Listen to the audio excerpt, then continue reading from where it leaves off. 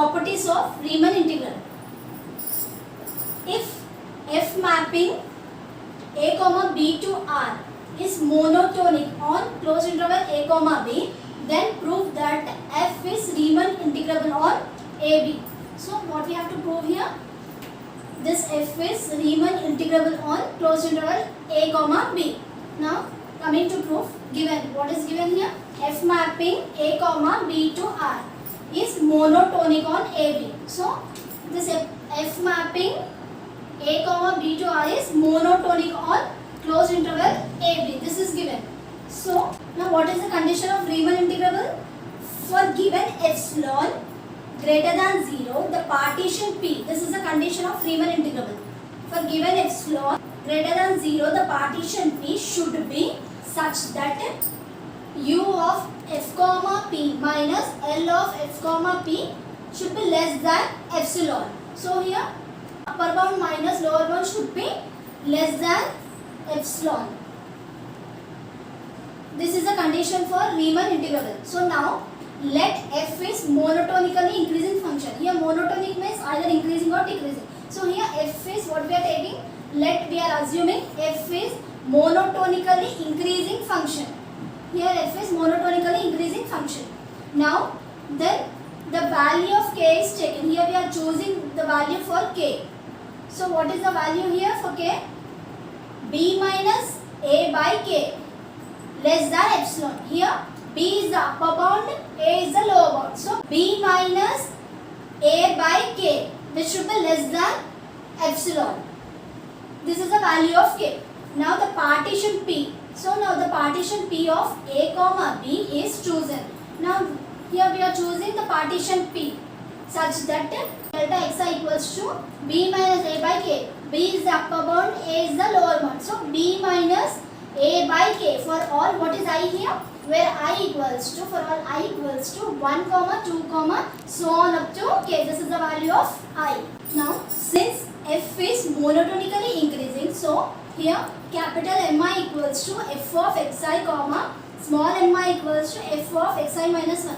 So as this f is monotonically increasing, so here we are separating capital Mi as upper bound and small mi as lower bound. So now what we are considering here? Here we are considering upper bound minus lower bound u of p comma f minus L of p comma f implies w of p comma f. Here we are considering upper bound minus lower bound as w of p comma f, which is equals to summation I equals to 1 to k. So summation I equals to 1 to k mi capital Mi minus small mi into delta xi. So here which is less than or equals to, what is delta xi? Delta xi equals to b minus a by k into, same as it is here, into summation I equals to 1 to k. Capital Mi means f of xi minus, as it is, small mi means f of xi minus 1, which is equals to b minus a by k. So here b minus a by k into f of b minus f of a. Here what is upper bound? B. What is lower bound? A. So f of b minus f of a, which is less than, here b minus a by k means it is less than epsilon. So less than epsilon into f of b minus f of a. B minus a by k means it is less than epsilon. So here f of into f of b minus f of a as it is. So here therefore upper bound minus lower bound is less than epsilon, since this f of p minus f of a is constant. So therefore f is Riemann integrable. Therefore we can say that f is Riemann integrable. So it is proved that f is Riemann integrable. Now next theorem, if f mapping a comma b to r is continuous on closed interval a comma b, then prove that f is Riemann integrable on a comma b. Now here if this f mapping a comma b to r is continuous on a comma b, then what we have to prove here? F is Riemann integrable on closed interval a comma b. So coming to proof, given, what is given? F mapping a comma b to R is continuous on closed interval a comma b. Now the condition of Riemann integrability, this is a condition of Riemann integrability. What is the condition here? For given, as we discussed in the earlier theorem, for given epsilon greater than 0, the partition P should be such that upper bound minus lower bound should be less than epsilon. So now let us choose any positive number where epsilon greater than 0. So if a function is continuous on a comma b, then it is uniformly continuous. Therefore, there exists del greater than 0, such that for all x comma y belongs to closed interval a comma b and mod x minus y less than del. So here mod f of x minus f of y less than epsilon by b minus a. So here b is upper bound, a is lower bound. This we are considering as equation 1. So the partition P of closed interval a comma b is obtained as P equals to a equals to x naught less than x1 less than x2 less than so on up to xn less than, which is equals to b, is such that delta xi should be less than del. Now this delta xi is less than del for all I equals to 1, 2, so on up to n. So I equals to 1, 2, so on up to n. Since here summation I equals to 1 to n, delta xi equals to b minus a. Here b minus a means summation I equals to 1 to n delta xi. That implies upper bound minus lower bound equals to summation I equals to 1 to n capital Mi into delta xi minus summation I equals to 1 to n small mi into delta xi. So here capital Mi and small mi are supremum and infimum respectively, upper bound and lower bound, as we discussed in the earlier theorem.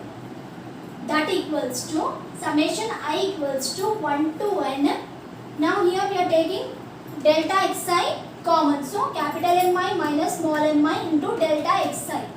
Now here we are finding the value of capital Mi minus small mi.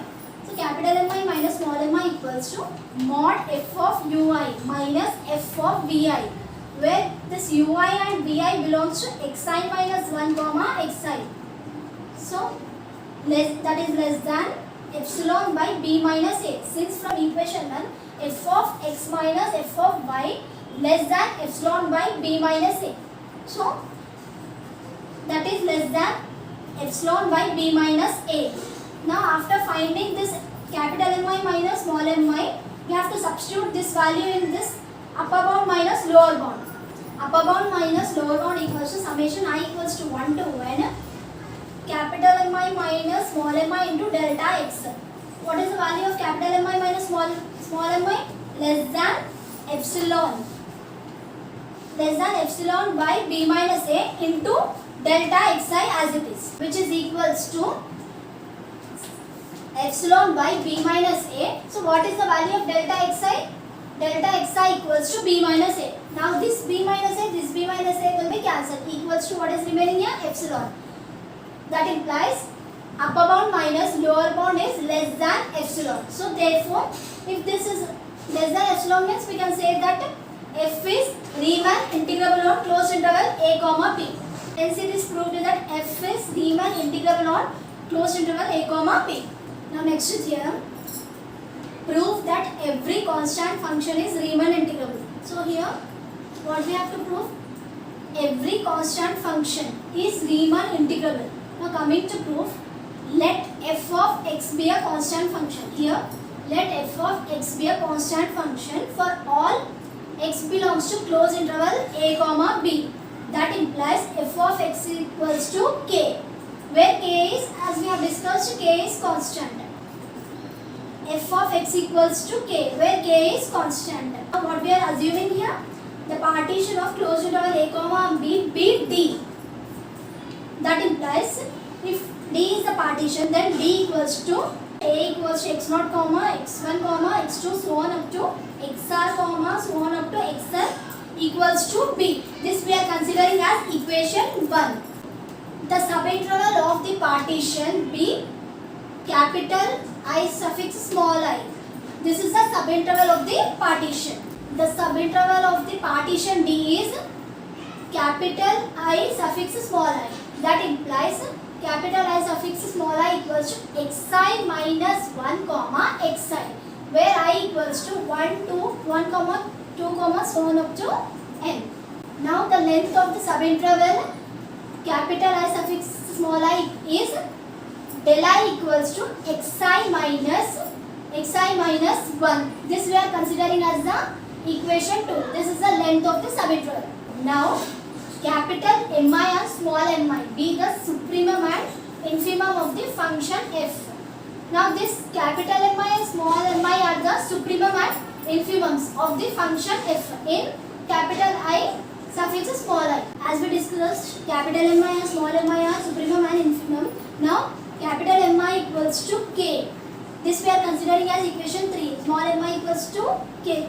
This we are considering as equation 4. Since f of x equals to k for all x belongs to closed interval a comma b.